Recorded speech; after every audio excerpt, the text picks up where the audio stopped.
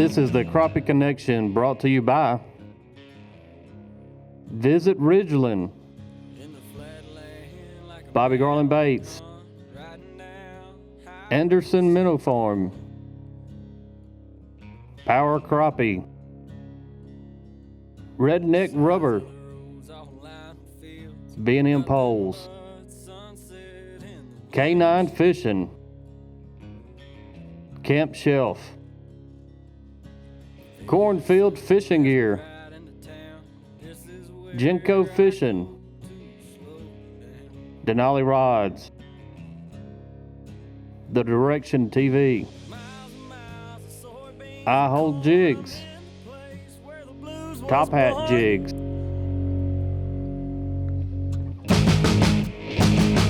About a mile from the big muddy river, place I'll always remember.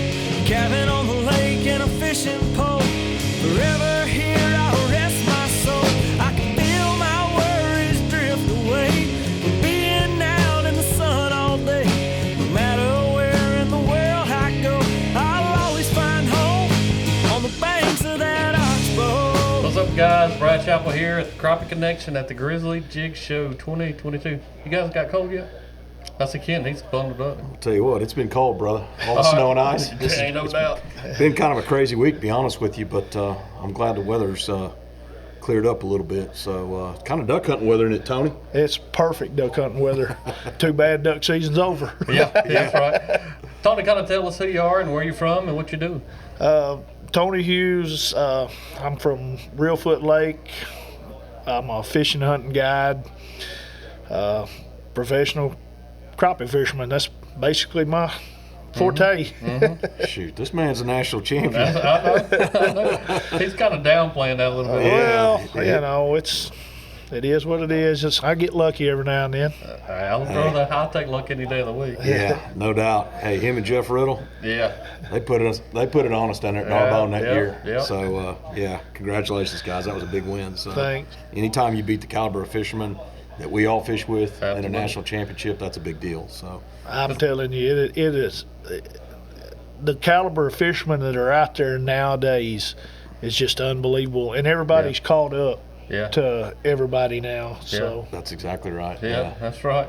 That's exactly right. And these younger guys have just really brought the game up and raised the level. Yeah. And getting Competitive younger fishing. and younger. Yeah, and you know, it makes us old guys hustle. So it's been a lot of fun for sure. All right, Kit, what do you do? Well, I work for B&M, pro staff manager. Been doing that for about 15 years, and you know, that's my fun job. And my big boy job is I'm vice president of sales for a wine and liquor distributor.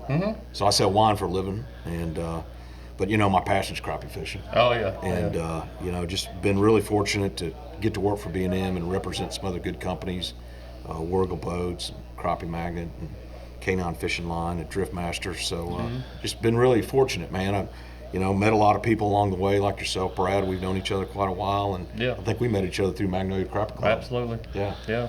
And you know, fished a few national trails, and then you know, Tony and his partner Jeff were one of our pro staff teams, and Yeah. was fortunate to meet these guys. And you know, they're Reelfoot guys, and it's kind of man, the caliber of fishermen that comes from Reelfoot Lake's unbelievable, man. They just pump them out every day, I They think. do. And you know, you look at guys like, you know, Caps and Coleman Right. and Hughes and Tim Blackley, and Yep. just, I mean, the list goes on and on and on of, you know, some really good fishermen that come from that area. So it's definitely got a rich history of not only crappie fishing but duck hunting too. Yep. I know you talked just a second about history. This is a special year for B&M today. Yeah, it's, you know, it's an exciting year for us. We've been in business for 75 years. That's unreal, isn't it? I mean, and it's crazy. I mean, if you think about the history of our company and how it got started, you know, I know people have heard this, but I'll say it again. B&M stands for Brooms and Mops, and started out as a janitorial company importing bamboo broom handles, basically. Right. That's how it got started. And you know, that was back in 1945.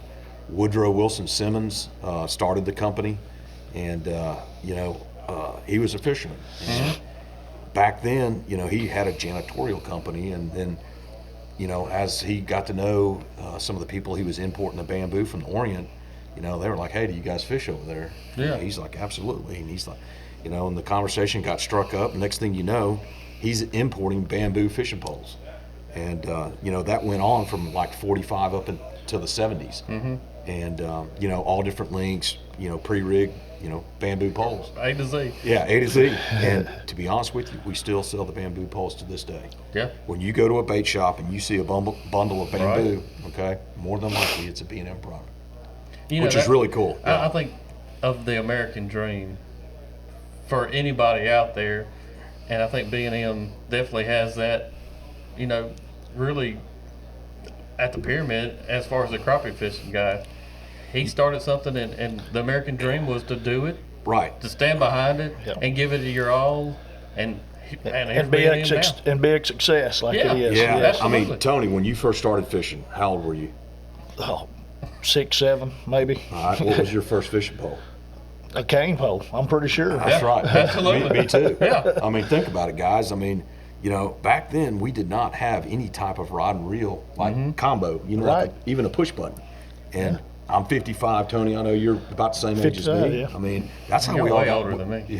Yeah. Hey, don't remind me. But you know, seriously though, I mean, I think all of us kind of got started. Yeah. You know, back in the day and age where bamboo was it. Yeah. And you know, the cool thing about B&M was that lasted 30 or 40 years. All right. Fast forward to the 70s. All right. Buck Simmons and John Barron take the company over. Uh-huh. They introduce fiberglass fishing poles, cutting edge. You know. Yeah. From- State of the art. Yeah, state of the art, you know, retractable 2-piece fiberglass poles. And we fished for those for, you know, 10 or 15 years. All right. And then, you know, fast forward to the, you know, about 2000, and all of a sudden, the graphite fishing pole Yep. was introduced by B&M. And it's the Bucks graphite jig pole, which we call the BGJP. It's the flagship of our company. That was in 2000. Here we are 22 years later, and it's the best-selling rod we have in our lineup. It's good fun. And, for sure. and it went, I mean, it was crazy how it worked out because, you know, it started out 10, 11 footers, jig poles. Right. And now we're up to 16 footers in the Bucks Graphite series. Then we get into pro staff trolling rods. You know, and that was probably mid 2000, probably 2005, somewhere in that range. We get into trolling poles and multi poles, and we make pro staff poles. All right, and they range in size from 8 to 20 feet. And I mean, how crazy is that? Yeah. And the funny thing about it is, when we came out with the Bucks Graphite jig pole, our largest distributor, which was Duncan Lewis at the time, said to us, "Guys, I don't know if we can sell a $35 graphite jig pole." All right. And it's our number one seller. Yeah. You know, and so yeah, the company, we've just grown, and we've grown with the fishermen, and we've listened to the fishermen, and you know, we've also been on the cutting edge of technology. We've brought new poles, you know, the trolling poles. Absolutely. We have designed poles like side pulling poles. Right. We've designed the pro trollers for power trolling, dock shooters. We've got kids poles called a 410. It's 4 feet 10 inches. We've got the little Lucy. Lucy's one of Jack Wells's daughters, you know. But we've continued to come out with these new poles, and you know, most recently, you know, live scoping. I mean, how has that changed the Oh, industry? I mean, it's Tony, tell us. I mean, we were all trollers. What do Yeah. you think? What's your opinion on it? Oh, when it went to the live scope, it just opened up the door to so many different, more types of poles to Yep. use. Just like the Diamond series that just came out, we got. Yeah, It's absolutely. just The unbelievable. stick, you Yeah. know? Yeah. Like, who would have thought we'd have had a 13-foot, you know, Stiff. super stiff. I'm talking about Yeah. mega stiff fishing rod. You know what I'm saying? And you know, I got to give Todd Huckabee a little bit of credit. You know, Todd's been in the industry a long time, great guy. You know, he's kind of had that pole all along. Right. And then when Live Scope came out, Fit man, perfect. it fit him perfect. And you know, we introduced one as well. And you know, to Tony's point, we've come up with some casting poles, a 75 series. We call it the 75 series anniversary. It's 7.5 feet long. It's our 75th anniversary, made specifically for casting. And now we've got the Diamond series, which is our new blue pole. We're making it in 8, 10, 12, and 14-foot lengths, and it's made to live scope with. And I'm gonna be honest with you, the 14-foot Diamond and the blue pole, it's the lightest live scoping jig ball on the market, and it's lighter. The 14-footer is lighter than most of the like 13s and 12-footers. And these fishermen keep telling us this. Guys like Tony Hughes, right?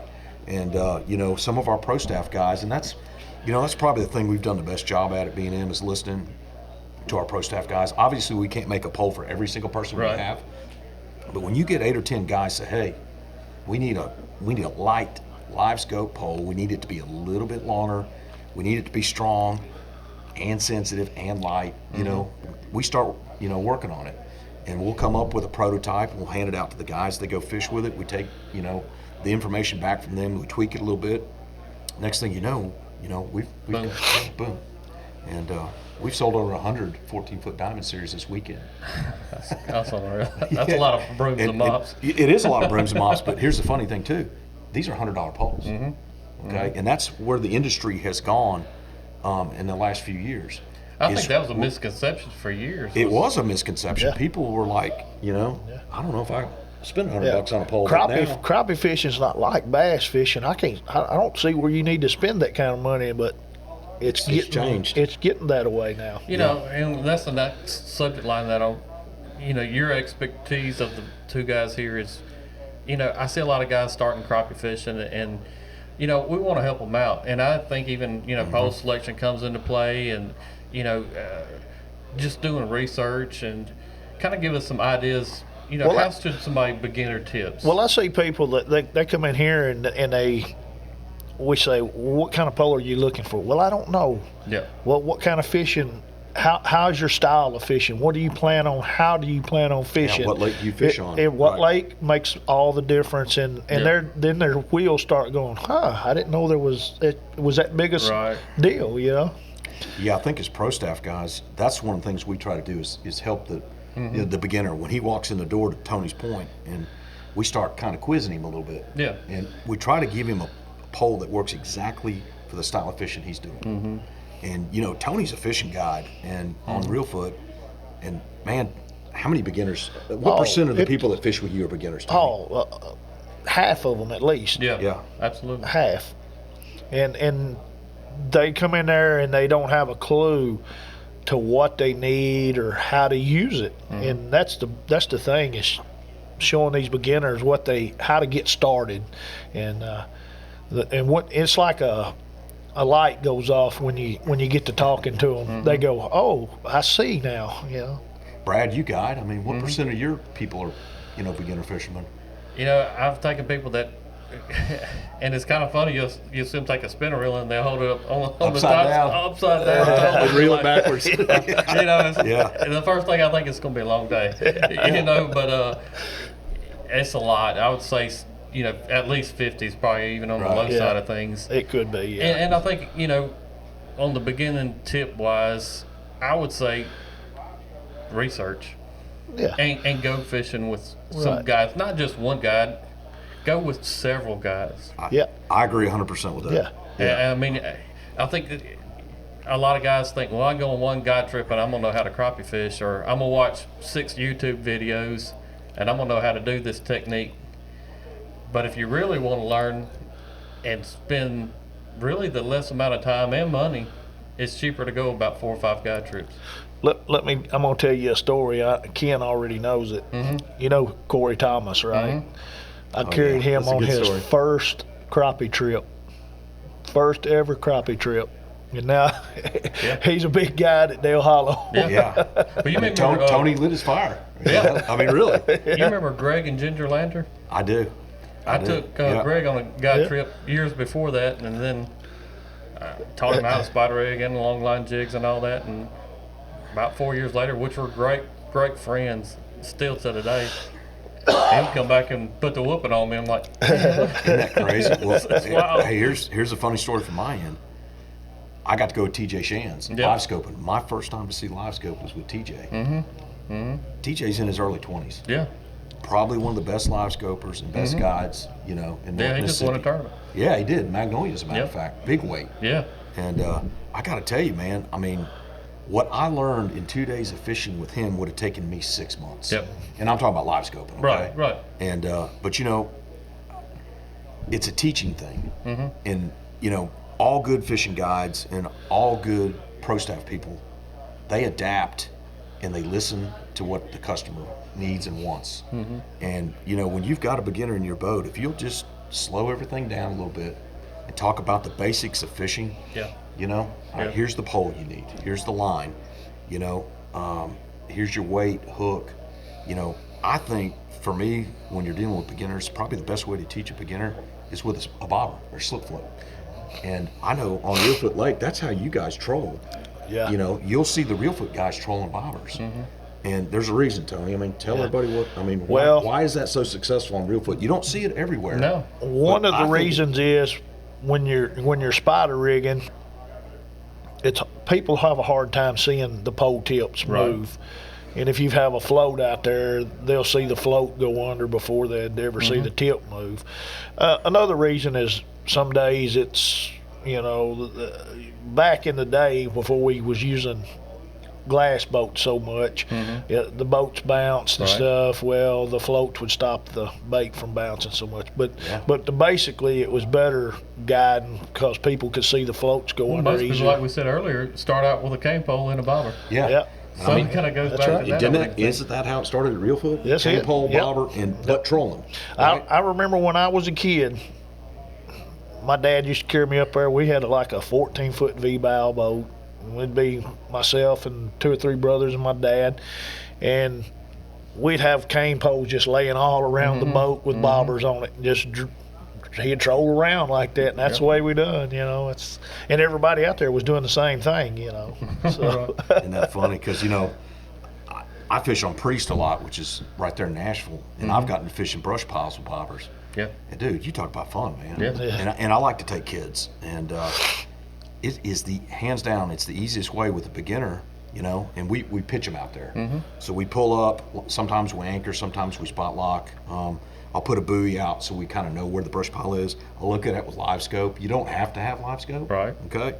And then I'll just set the float with a live minnow most of the time and set it a foot above the brush pile and pitch it out there. Right. And dude, you talk about an effective way to catch Oh, fish. yeah. I did a little bit of that last summer on Ross Barnett. We actually did a video on that fishing. Yeah. And don't you guys, y'all have actually long lined some floats, haven't you? Yeah. Some shallow water floats? Yeah, we've tried. Man, back in the day, we would try about anything to put a fish in the boat. I think I remember seeing you on Lake Washington one time, maybe. Oh, yeah, absolutely. Pulling some floats, trying to fish real shallow. Yeah. But did it work? Yeah. I mean, probably not enough to win it, but I mean, it worked enough to put some fish in the boat. Caught a messy fish, yeah. But I think, a lot of people on the beginning side of thing is they rush out and just buy some equipment. Yeah. And instead of doing research, regardless of whatever, I just got to go get some fishing poles, or I got to go get some fishing line, and they try to save a buck, and I think most of the time it comes back. That's right. It bites them in the rear because it's not going to be. My mindset is try to buy the best equipment that you can afford the very first time. Yeah. I think you're right, and that really comes down to doing your research. You mentioned it earlier. Even buying a boat. Yeah. Yeah. I mean, isn't that the truth? Absolutely. Yeah. You want to fish, say, Sardis, and you can't go out there in a 15-foot boat. Yeah, you get a 15-foot boat and thinking that, I can fish every day and fish when I need to or want to, and that's not going to happen. Yeah, not in the wind out there. So we know about Sardis and wind. Well, that's what I tell a lot of people: get what you can. Yeah. And do what you can do, and you can always upgrade later. Just get started. You got to start somewhere. I think the fear factor of getting out there and saying, man, I'm going to fail. And, the best thing that's ever taught me, I know for a fact, is getting out there and trying. Yep. Yeah. Most people fail without even fishing tournaments. It's like, well, I can't compete against these guys that got these expensive boats and all this electronics. And 2 weeks ago in Florida? Right. Look The at Crappie that Masters tournament in St. John's River. Yeah. 2 local guys with a couple, I think they were fishing with cane poles. Yeah, they were. And aluminum boat. No electronics. No electronics. Man, how old school is that? Back to the broom and mop. You know who would love that? It'd be John Harrison. Yeah, absolutely. He's like, those are my people right there. Kid to him. Yeah, that doesn't happen every day, but there you go. It does happen. Sure does. So anybody has a chance. One of the things that we're even thinking about even on tournaments is we're going to see a lot more tournaments being won like they were 5 years ago in Right. Creek. Yeah, I think so too. We're going to see some trollers Yeah. come back and win a few of these Yep. tournaments, I believe. Yep. You know, the live scope thing's kind of taken over a little bit, but you know, it's funny. Still, 90% of the crappie fishermen don't have live scope, Yeah. and are traditional fishermen, and we just can't lose sight of that.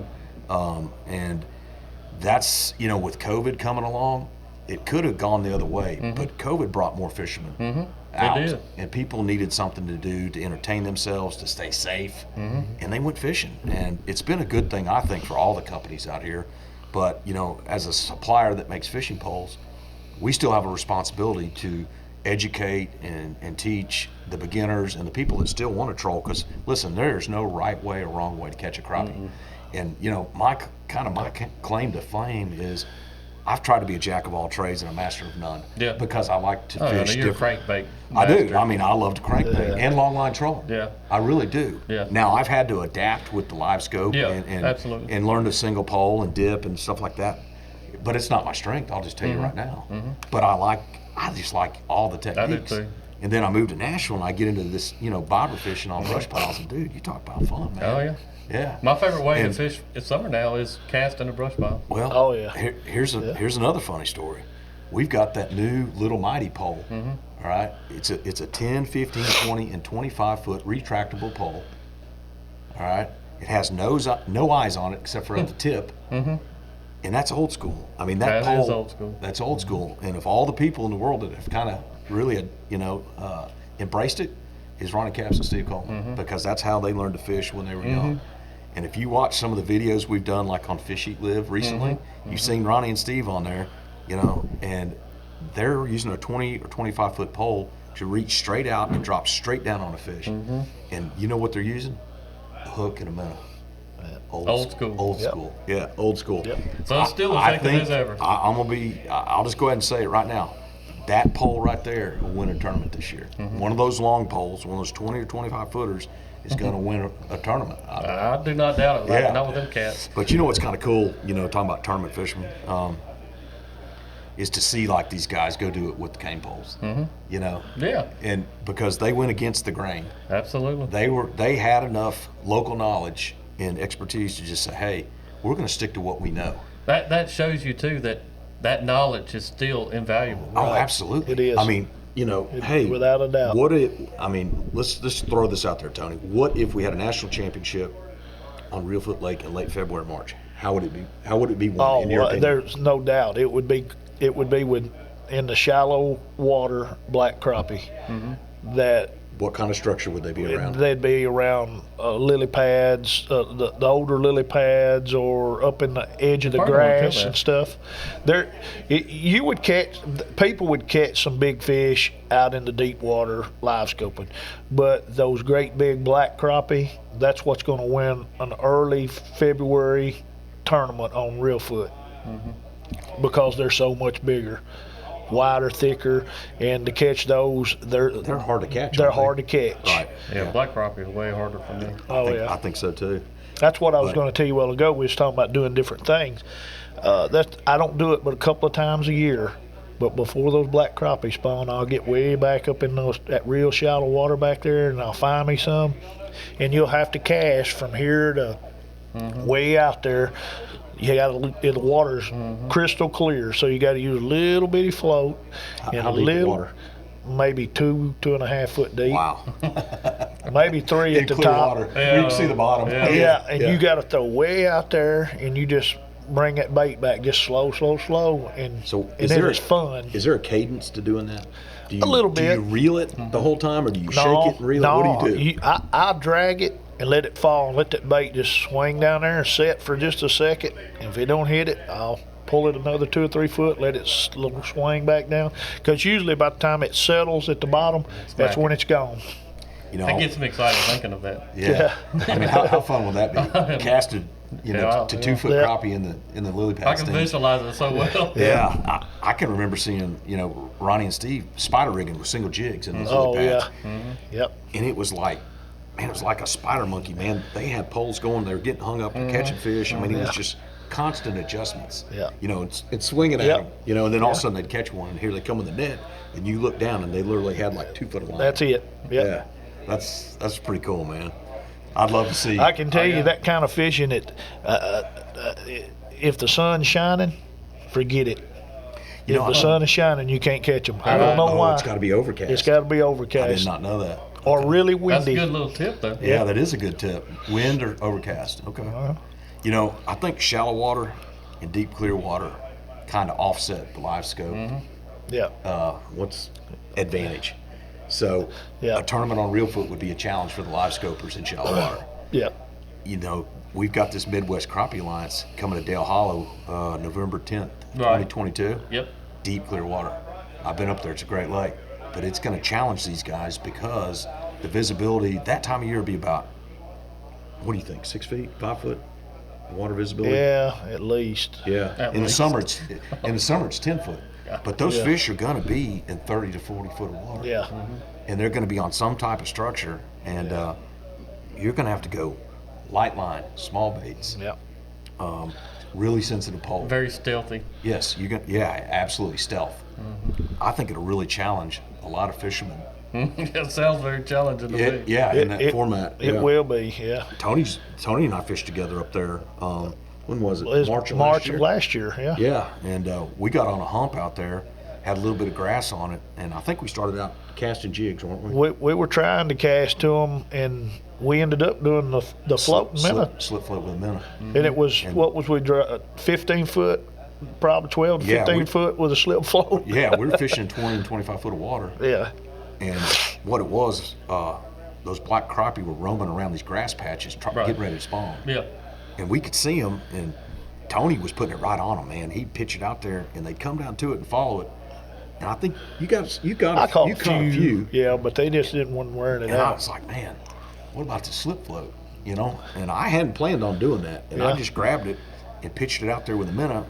And I think because it just was sitting still and it was in the strike zone, man, Couldn't resist. yeah, all of a sudden, and that guy in that boat, remember that? Yeah, we had a So guy, he we- couldn't believe it. we He had a wanted to get in the spectator. boat with us. I like that. And he was sitting there, and we were talking to him, nice guy. And he was watching us fish, and he kept getting a little closer, and we ended up talking to the guy, and he pulled right up to us. He got in the boat with us. Yeah. I said, hey, dude, Yeah. come get in the boat. We'll show you. And he's just a local guy in an aluminum boat. Yeah. He got in the boat with us. He couldn't believe it. Actually, Tony gave him a rod and said, hey, catch one. Yeah. And the dude pitched that minnow out there and caught one. He's like, oh, man, this is I think this that's is a killing tip me. right there that I'm going to highlight out of that is trying something when you're out there and it's not working. That's right. Yeah. You go ahead and try something else. That's it. Yeah, I There's- hadn't really planned on using that stuff. That's right. I mean, And He got to catching them. And trying something different. He got Yeah. to catching them. I said, well, you're going to have to dig out some more floats because I'm going to fish this way. All right. I don't know how you're going to fish the rest yeah, of the day. and you know, Tony, I took Tony in, and I went and picked up Joel Harris, and Joel hadn't pitched the slip floats either. And he's like, man, you're going to have to show me how to do this. I said, man, hey, Joel, ain't nothing to it, dude. Yeah. This is Set. this is We're old going to see school. we're going to see the fish, set the depth. We're going to pitch it past him and let the wind blow it right back to Yeah. him. And, Stealthy there. Yeah, we caught, I don't know, 4 or 5 more, and Tony and I'd caught at least a Oh, dozen. yeah, at least. Yeah, and had some nice ones. I mean, some 2 That pound. guy that got in the boat with us, he called his brother-in-law, had him come out there, didn't he? Yeah, he did. Yeah, I went to when I ran Tony in, and I came back. The other guy was with his brother-in-law, and they were fishing, and he was a bass fisherman, and he had live scope, and they were catching some, and it was kind of a cool day, you know. Yeah. We learned something new and kind of turned this guy on to live scope a little bit. Yeah, that's one thing even about crappie fishing, and I'll speak to is, that bond that we all have, and, Oh, yeah. and That's right. willingness, especially to teach somebody that, and to make them more successful. You guys didn't have to do that, That's right. Well, Man, but I it's mean, part of what we are. that's right. Yeah, well, we were on his home lake, and he was a local guy. Yeah, And, we just struck up a conversation, yeah, And, I mean, I didn't mind sharing with him. It wasn't like it was a secret. I mean, we were fishing on a community hole. It was a hump. I think mainly the bass fishermen were fishing it most of the Yeah. time. In fact, I think that was the day those guys got in an argument, if I remember right. Might have been. I don't know. Yeah. You see everything on the lake. Oh yeah, no, they were fishing a tournament, and one of them cut in front of the other one. Right. The next thing you know, they're over there hollering at each other about, and I was like, hey I've man, seen some of that too. how you doing? we're crappie fishing. Leave us out of this. Right, we're not that kind We're of not boat. hostile. We're friendly. Right, little white flags. Yeah. If you want to come over and fish, no big deal. But Well, we'll definitely get you guys back on here again. I can't appreciate both of you enough. absolutely, man. We Always, had so much fun through the Appreciate years. it. Yeah, always a pleasure to get on the Crappie Connection and talk shop, and you guys do a good job supporting the industry and all the different suppliers, and we appreciate what you do. Oh man, we love it, and we love our fans, and we're just here to make this sport grow like everybody else. That's awesome, it. man. Till next time, Brian Chappell here. Kent Driscoll. Tony Hughes. Holla. See you guys later. Peace. I'll always remember cabin on the lake and a fishing pole. Forever here I'll rest my soul. I can